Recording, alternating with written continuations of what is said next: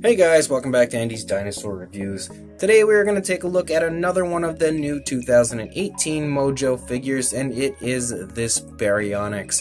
It is another one that was really highly anticipated by so many people, including myself. Once I saw the promotional images, I was just super sold on it, and I really wanted to get a hold of one. Just like with the Giganotosaurus, it does not look like the promotional images. However, I think this one is definitely closer to the way the images look, but not quite the same. I know there was some dark spots kind of that were all over the body of it in the promotional images, and they did not include those for some reason on this, and I don't know why, because I really like that, and that was one of the things that I think kind of sold the figure for me, that made the paint job just look so nice and so realistic.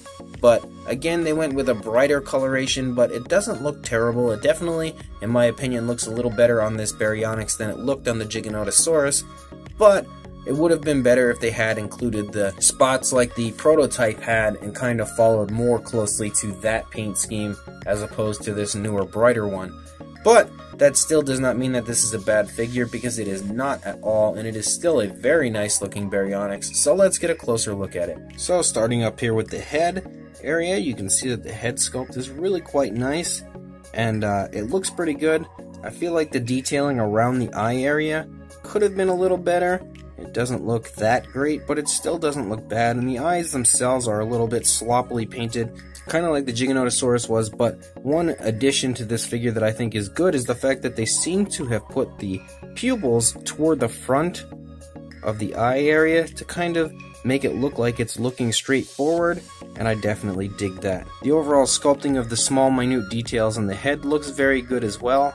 There is a lot of very nice fine detailing that has been put into this, and one thing they've done that I love, I really absolutely love when companies do it, is they've added a gloss to the nostrils, because I think that that just adds that extra bit of realism to it.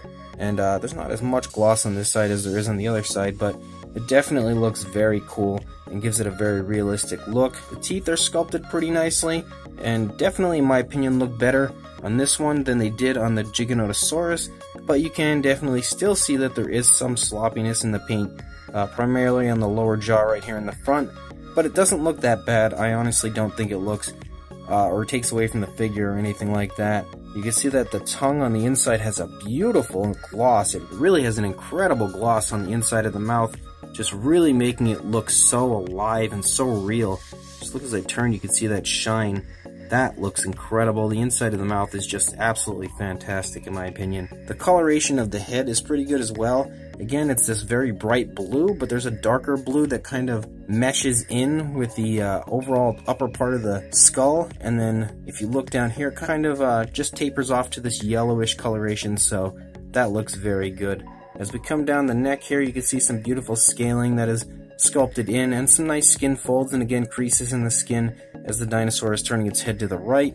You can see some skin folds and some hanging skin here on the underside of the neck, and right as we start to lead to the neck, actually, that darker blue really turns into this lighter blue that is really quite bright. And then you can see the upper side has this dark blue that kind of runs the whole spine of the animal. Down here into the shoulder, you can see that the shoulder is nicely sculpted, and there's some very nice detail that leads back into the body here. You see that the overall detail of the arms looks very good as well. The nails are painted pretty nicely. Looks like they may have a slight gloss to them, but not too much, but it does still look really nice. Even the chest is sculpted very beautifully. Coming up here into the stomach region, you can kind of make out a little bit of the ribs as you turn it a little bit. You can see some skin here hanging off into the leg as well. Coming up here, you can see that the hip bone is pretty nicely elaborated, and some beautiful musculature here in the legs.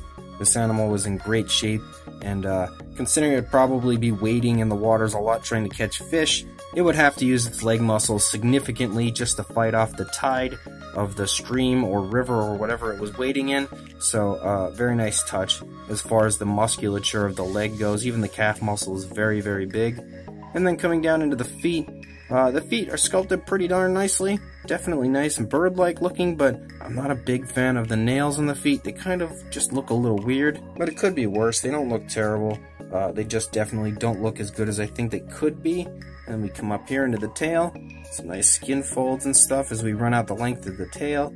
and the very small minute detail looks beautiful all the way out as this tail kind of curves down. Looking at the opposing side, again, it looks very nice. Some nice skin folds here in the neck, that beautiful hanging skin I spoke of earlier. You can see that the little cracks and crevices and creases in the skin aren't quite as evident as they are on the other side, as this side is pulling the skin with the neck turning to the right. We get down here into the shoulder area. You can really see the shoulder now, and the very muscular front arms with those bigger Baryonyx claws that we all know and love from Baryonyx. Again, the detail of the claws isn't that great, and I feel like the claws themselves probably could have been sculpted better, and they probably should have spent a little more time just trying to craft the claws to make them look better and look a little more realistic, but they don't look terrible. I feel like the claw on the further hand looks a little better than the claw on this hand. You see lots of little skin folds and stuff here on the side of the stomach. And I really like the transition from the blue to the yellow. I think that is a very realistic transition, and it looks very natural. Even though the colors are much brighter than they probably would be, I am definitely a fan of the coloration of this figure. Again, I would have liked for the spots to be included, but it still does not look bad. I love the skin being pulled here from the body, as that's exactly what would be happening with this back leg here kind of stretched out in away from the body. It looks very nice attention to detail. Again, the hip bone up here being elaborated is very good as well, and we get down into the calf muscle, very muscular looking leg, and then down here into the foot. Once again, the claws look a little weird to me, and I feel like the paint has run up onto the toes a little bit more so than on the other foot, which is again something that could have been done a little better, but it still doesn't look terrible. Just something that they can work on for future releases. And then up here into the tail, again, very nice sculpt work, beautiful detailing as we run out the length of this curved tail. So, very nice looking Baryonyx, I definitely like it. As far as the size goes, from the tail to the head, you are looking at a little over 10.5 inches, or about 27 centimeters, and for a height, about a little bit over 3.5 inches, or about 9.5 centimeters. For a size comparison, there's Mr. Papo T-Rex. You can see the Baryonyx is significantly smaller than the Rex, like it should be, but again, they are not to scale with each other, I don't believe, but it should give you a pretty good idea of the size of the Baryonyx. And in another size comparison, you can see there the size of the Baryonyx next to the Giganotosaurus by Mojo. Not only will this give you an idea of the size of the Baryonyx, but it also shows you just how large the Giganotosaurus is by Mojo, so two very, very cool figures for 2018. So, another very cool figure from Mojo, and one that I was really excited to get. I was super highly looking forward to this 2018 line by Mojo, and although they aren't quite as good as the prototype pictures had pictured them, they are still really, really nice, and this Baryonyx honestly is quite beautiful. One thing that I would work on as far as Mojo goes is the feet and the claws of the animals. The feet sculpt is pretty nice, but I feel like once we get to the toe area and then kind of where the toe tapers off into the claws, it tends to look a little weird, and I'm not really sure why that consistently happens, but I've noticed it now on the Baryonyx, and the Giganotosaurus has been the same issue with both of them as far as the claws go. And trying to keep maybe your figures a little closer to the prototypes is also a good thing. I'm not saying that other companies' figures match up perfectly to their prototypes, because that just does not happen, but one thing that was a big bummer to me as far as this guy goes, like I've mentioned numerous times, is the fact that these spots are just non-existent on this, and they were on the prototype, is kind of a big thing that they just kind of dropped for no reason. I'm not really sure what the idea was behind dropping that detail, but I really would have preferred this Baryonyx to have those spots, because I think just giving it that little bit of extra coloration would have made it look pop a little more to me, make it look a little nicer. However, like I said, still really, really beautiful, and that gloss on the inside of the mouth is just something that you kind of need to get in hand to behold how nice that gloss really looks.